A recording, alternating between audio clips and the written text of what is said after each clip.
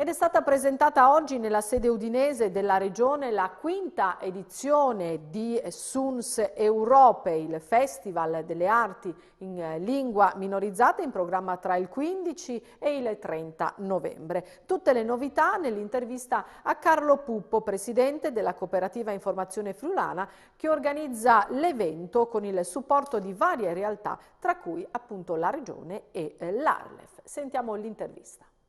L'edizione di quest'anno si è moltiplicata in termini di presenza sul territorio e quindi anche di eventi. Si comincia già 15 e 16 per poi proseguire la settimana successiva con dei concerti sul territorio, Romance di Sonzo, Lavariano, Comeglians e Pagnacco, e poi gli eventi principali si terranno il 28, il 29 e il 30 novembre a Udine. In particolare l'evento finale sarà concentrato al Teatro Nuovo Giovanni da Udine, in cui durante la serata si esibiranno 10 gruppi.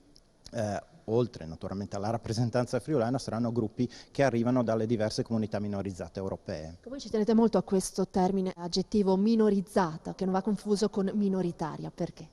Perché minoritario significa inferiore, non solo numericamente, ma a volte viene percepito anche come inferiore in termini di qualità, e chiaramente noi riteniamo che le nostre lingue, le nostre identità, le nostre culture non siano inferiori a nessuno, e poi anche da un punto di vista numerico possiamo discuterne. Per esempio il catalano è una lingua minorizzata, nel senso che non ha tutte le possibilità di esprimersi che hanno le lingue statali, ma è parlata da 10 milioni di persone, quindi stiamo parlando di un numero di parlanti più alto di quello che hanno diverse lingue statali, penso al danese, ma non solo. Spazio non solo ai suoni, ai SUNS, ma anche al cinema.